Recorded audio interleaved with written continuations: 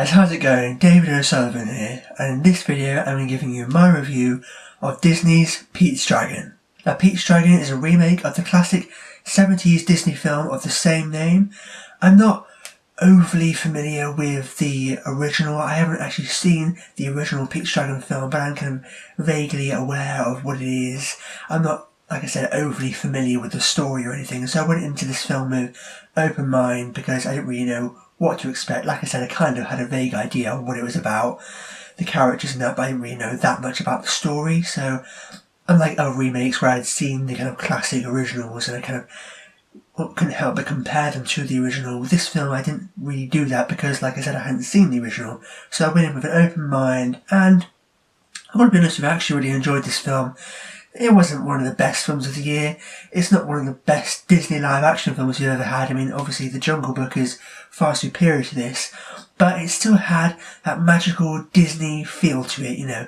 It very much felt like a Disney film, even more so than the BFG that we got recently, and probably The Jungle Book as well. It was quite a simple story overall, and I did like the story, and I think it worked well. I liked the story more in this than I did with the BFG, because for me the BFG had a lot of moments where it got quite kind of slow and slightly dull, and kind of it made the film drag a little bit for me. But whereas this, I don't think had that. It felt much faster pace, and it moved a lot better. It never dragged or got slow or dull or boring for me. I did like the BFG, but it felt more like a Spielberg kids film than an actual Disney film. Whereas this felt more like a Disney film, a classic Disney film. It felt more magical. It had the kind of classic Disney feels to it, and then it got emotional, and that's what I liked about this film. Was it a little bit sappy at times? Did it sometimes go a little bit kind of over the top?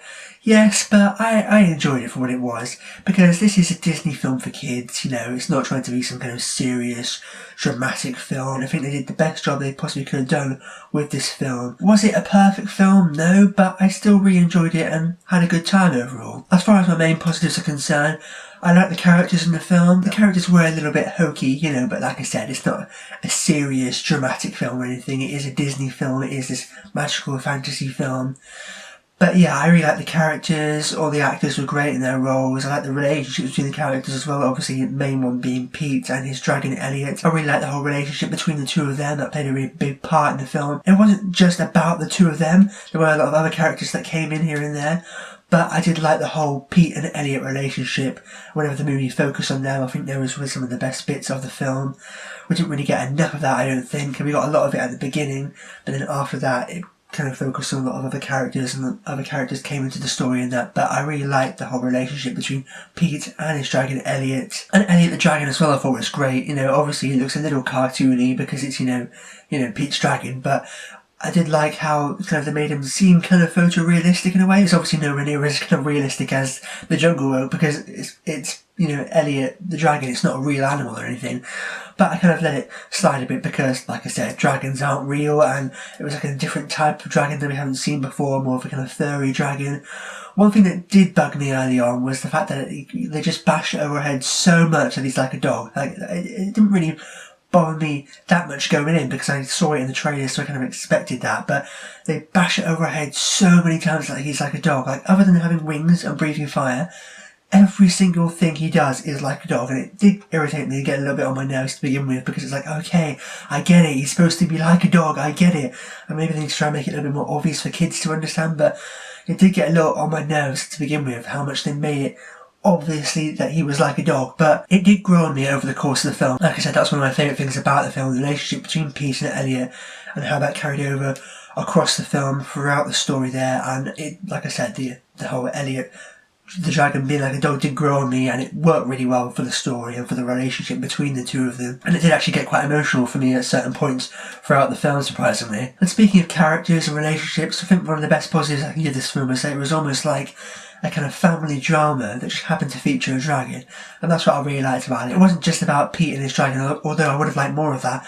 I like the fact that they kind of had a kind of like family kind of dynamic and relationships between certain characters, and it kind of made it seem almost like a family drama, like I said, but just happened to feature a dragon in there as well. So I think that was done really well and helped you able to really connect with the characters and relationships and the story, because you were able to really sympathise with them and feel for them and understand where they're coming from. So yeah, I think that was a really good element as well. I already slightly touched on this already, but it got quite emotional actually throughout this film, and it kind of surprised me. I mean, I kind of saw it coming because it's a Disney film, you know, it's going to have those classic Disney feels to it, but it did get surprisingly quite emotional and tear-jerking at certain points. Towards the end, they do kind of go a little bit overboard with trying to make you kind of really kind of feel emotional, and, you know, it does go a little bit too far and over the top towards the end, but there were certain moments throughout the film where it got surprisingly emotional for me, and I was almost in tears. I was like, wow, I didn't expect this, you know, from like a Disney film for kids, and you got the kind of cartoonish dragon, and it's like, but I was really able to buy into it, and I was really able to believe in the relationship and the characters, and I actually really enjoyed it, and found it surprisingly emotional. Now going on to some negatives I have for this film, and there are some negatives that I have. First up, there were some kind of inconsistencies with kind of logic in this film, in terms of like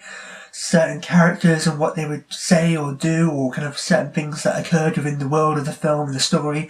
For instance, like, it's 6 years before Pete is actually found in the woods, and I get the fact that he's got this magical kind of disappearing dragon and he's been hiding out in the woods, but we've got Bryce Dallas Howard's character who's going into the woods every day, and surely there's other people that come in there as well, and it's like, how did it take 6 years for someone to stumble across him? Like, it takes 6 years before Bryce Dallas Howard eventually stumbles upon him. It's like, what took that long? It's not as if they're in this massive jungle or something, it's just a woods, so it's probably quite a big woods, but I find it hard to believe that it took that long for someone to stumble across him.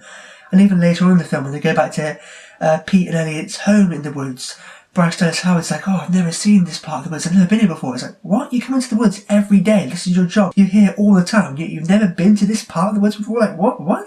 So there were some things that didn't quite add up. And another thing, I touched on this earlier, but it did go a little bit too overboard with the finale, I think. I did like the whole climax of the film, but in terms of the emotional kind of feels they were trying to get out of you, I did get quite emotional, but not as much as I did earlier on, because the score, I did like the score, I thought it was great, but it goes a little bit too kind of overboard towards the end, where it's like really trying to provoke a big emotional reaction out of you. And it's like, okay, I get it, we're supposed to feel emotional, it's supposed to be kind of this rousing, emotional, tear-jerking moment, I get it, and because it went too over the top with the score in that moment, it kind of sucked me out of it a bit. It kind of detracted from the emotionality a little bit for me, because I got a little bit distracted by the score, and I think a great score should be memorable, it should like enhance the story in the film, but it shouldn't be that noticeable, it shouldn't distract you. And for me, the score in this, especially towards the end, like I said in the climax, it was a little bit noticeable, it was a little bit distracting, it did kind of take me out of the film just for a little moment there. So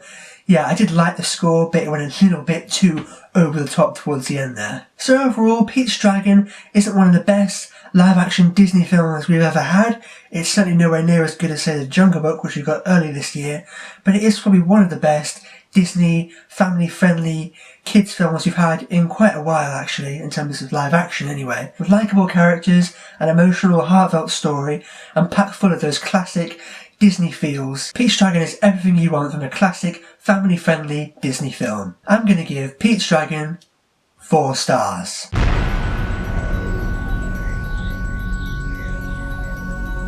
And there we go, that wraps up my review of Disney's Pete's Dragon. Have you seen the film yet? And if so, what do you think about it? Let me know down below, I'd love to know.